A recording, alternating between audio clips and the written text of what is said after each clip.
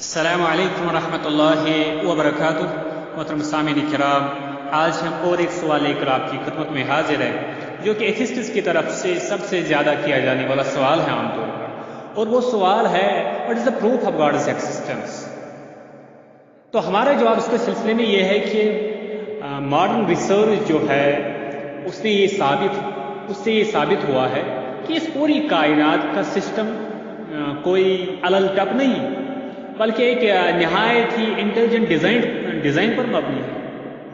Solar system, galaxies اور ان کے علاوہ بھی جو ساری چیزیں یہاں پہ چل رہی ہے وہ فکسڈ لاز کے تحت چل رہی ہے، اور اس میں کوئی قسم کا خلل نہیں ہے۔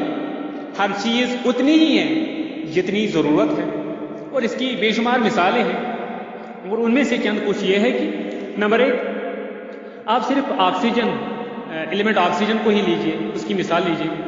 آپ دیکھیں گے آکسیجن کی جو پرپورشن اور پرسنٹیج ہے وہ 21% ہے یہاں پہ۔ اگر اس کی یہ پرسنٹیج زیادہ کی جائے تو ہر چیز میں آگ لگ جائے گی، اور اگر اس سے کم کی جائے تو پھر زندگی ممکن ہی نہیں ہے یہاں پہ گزارنا زمین پر۔ تو اب کون سی ایسی ذات ہے، کون سی ایسی کون سا ایسا پلانر ہے جس نے یہ پلاننگ کر کے برابر مقدار میں یہ آکسیجن رکھی یہاں۔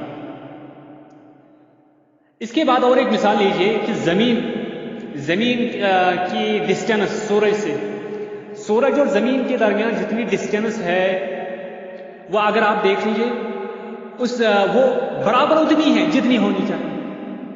اگر اس ڈسٹینس میں کچھ کمی ہوتی تو زمین کا درجہ حرارت اور ٹمپریچر بہت زیادہ ہوتا، جس کی وجہ سے زمین پر زندگی گزارنا ممکن نہ ہوتا۔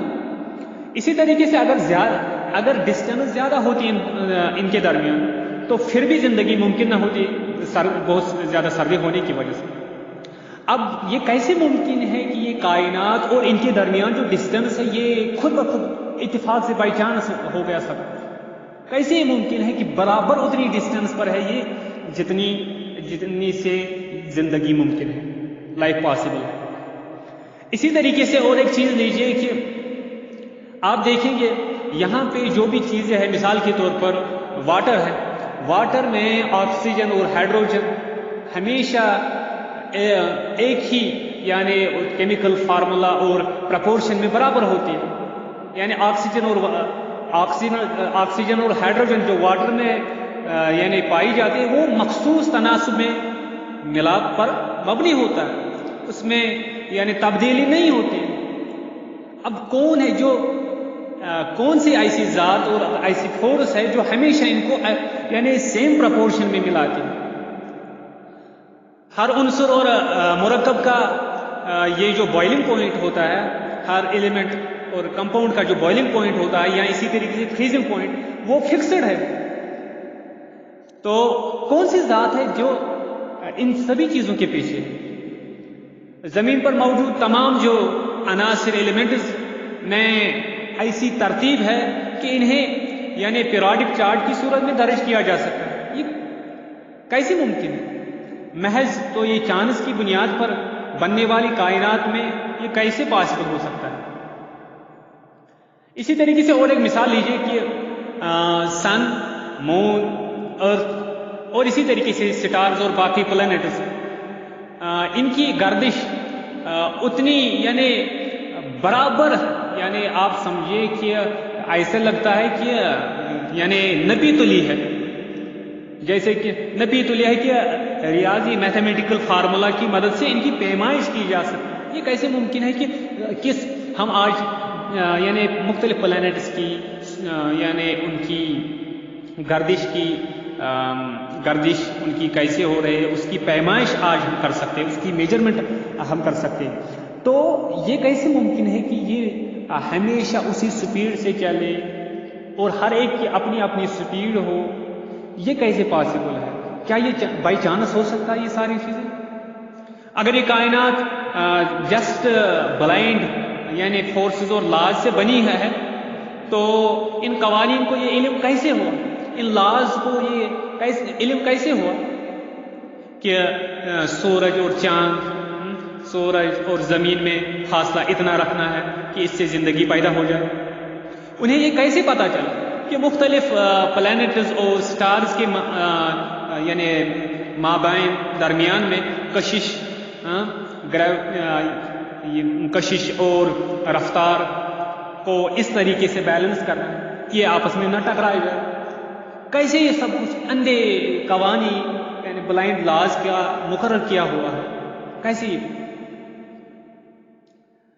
اسی طریقے سے اور ایک مثال لیجیے، پانی جو ایک منظم طریقے سے سمندروں سے اٹھتا ہے، پھر متعین مقامات پر برستا ہے اور وہاں سے زمینوں کو سیراب کرتا ہوا دوبارہ سمندروں میں آ ملتا ہے.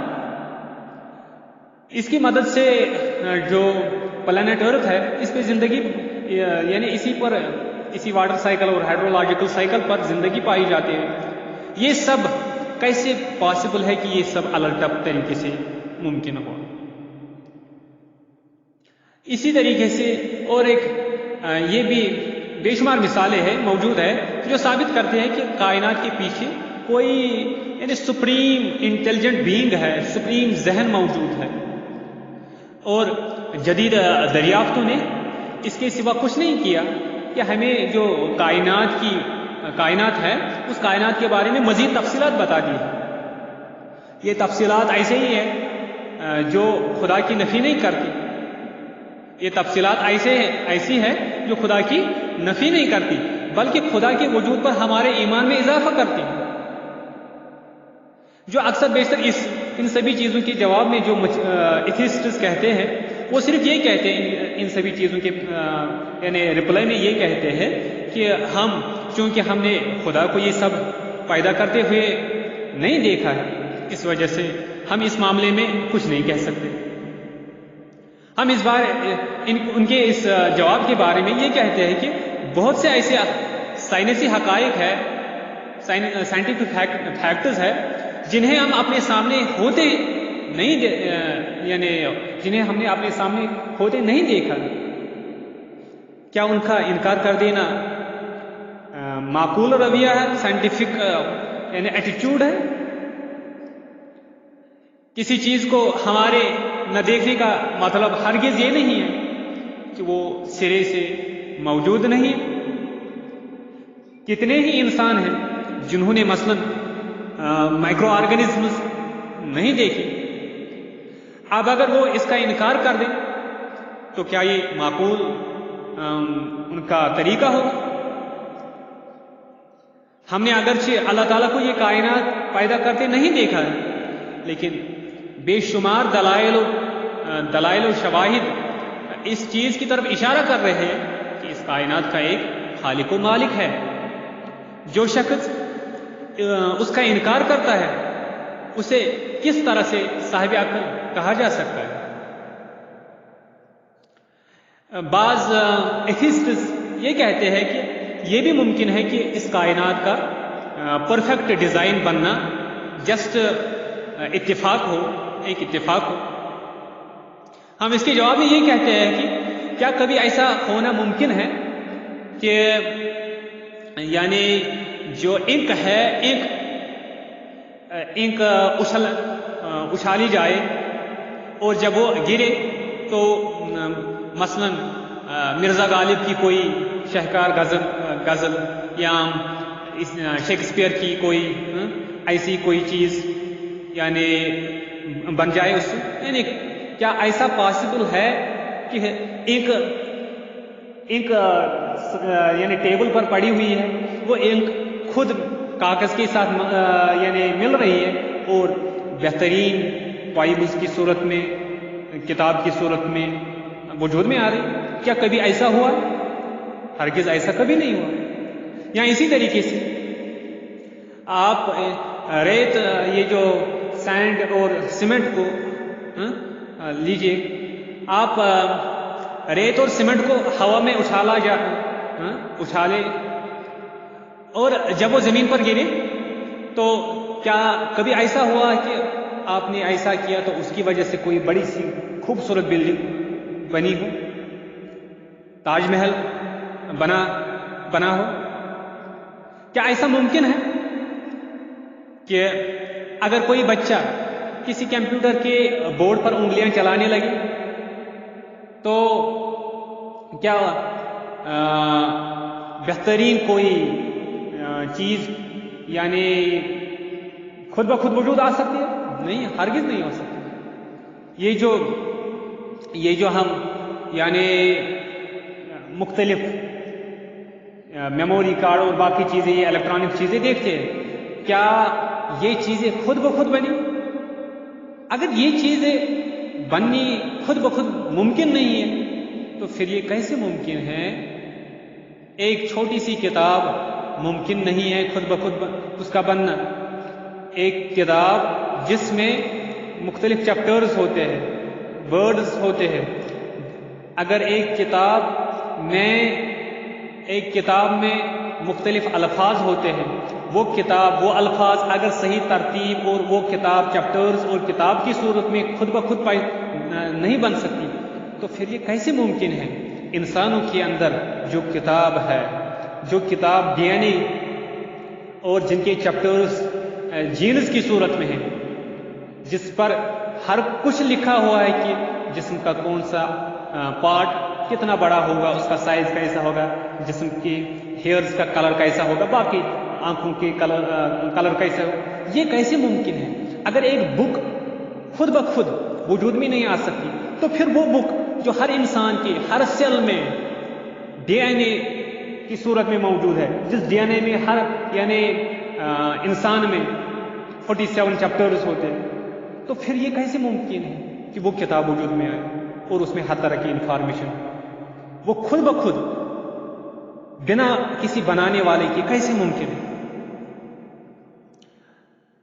یا اسی طریقے سے آپ فرض کیجئے کہ اگر ایک بچہ یا بندر کی بورڈ پر انگلیاں چلائے تو اردو کا کوئی خاص 3 حرفی لفظ، جیسے مثال کے طور پر کام، لکھنے کے لیے اسے کیا کرنا پڑے گا؟ اسے یعنی 35 into 35 تو یہ جب یہ یعنی ان کو ملٹیپل کریں گے تو وہاں پہ 42,875 الفاظ کیا یوں ہی پیدا ہو ٹائپ کرنا ممکن ہے؟ کیا یہ ساری چیزیں ممکن ہیں؟ یعنی کہنے کا مطلب یہ ہے، اگر ایک بامانہ 3 حرفی لفظ لکھنے کا امکان یعنی پاسبلٹی جو ہے ایک 3 لیٹر ورڈ کو لکھنے کی، اگر آپ بٹنز دبائیں گے کی بورڈ پر تو اس کے یعنی الفاظ ان حروف سے بننے والے الفاظ کے پاسبلٹی جو ہے ورڈز بننے کی وہ ہے 42,875۔ تو ہاؤ از اٹ پاسبل کہ ایک بامانہ کتاب بن جائے ایسے؟ اس طرح سے ایک بامانہ جو 3 حرفی لفظ لکھنے کا امکان ہے وہ صرف پاسبلٹی اس کی پاسبلٹی ہے صرف یعنی 42,875 میں سے صرف پاسبلٹی ہے 1%، ایک کی۔ اگر لفظ میں 4 حروف ہو تو پھر یہ پاسبلٹی بن جائے گی یعنی پھر یہ پاسبلٹی بن جائے گی یعنی 1 ملین یعنی 1.5 ملین سے زیادہ اس کی پاسبلٹی بن جائے گی۔ تو یعنی ایک لفظ ہے جس میں 4 حروف ہے تو اس سے بننے والے جو الفاظ بن سکتے ہیں وہ بن سکتے ہیں 1.5 ملین سے زیادہ، تو پاسبلٹی جو اس کی ہے وہ ہے 1۔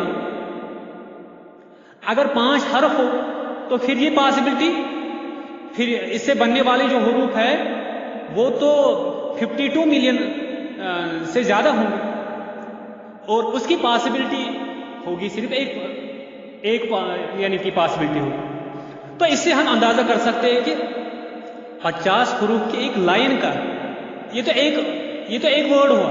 ایک ورڈ میں جو اگر ایک ورڈ 3 حرف کا ہوگا یا 4 یا 5 حرف کا تو اس سے کتنے کتنے ورڈز بن سکتے ہیں؟ پھر ان ورڈز میں سے پاسبلٹی ایک کی ہوتی ہے. تو اب اگر ایک لائن لیں گے، ایک لائن میں بے شمار الفاظ ہوتے ہیں، ورڈز ہوتے ہیں، تو پھر ان ورڈز کی پاسبلٹی، ان ورڈز میں کتنے الفاظ ہوں گے، پھر ان الفاظ کے بننے کے چانسز کتنے ہیں، کتنے الفاظ بن سکتے ہیں ان سے، ان لیٹرز سے جو ان ورڈز میں آئے ہیں اس لائن میں. تو پھر اس کی پاسبلٹی کیا ہو، امکان کیا ہو سکتا ہے؟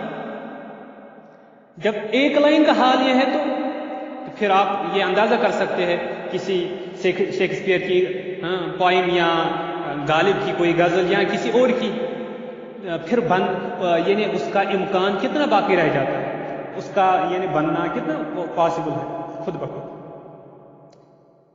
تو محض ایک غزل کا معاملہ یہ ہو تو پھر اتنی بڑی کائنات کی چھوٹی سی چھوٹی اور بڑی سی بڑی چیز کیا جسٹ بائی چانس ہو سکتی ہے؟ محض اتفاق سے کیسے وجود میں آ سکتی ہے؟ یہ تھا اس سوال کا جواب جو کہ ایتھسٹس یعنی پیش کر رہے ہیں کہ what is the proof of God's existence. السلام علیکم ورحمۃ اللہ وبرکاتہ.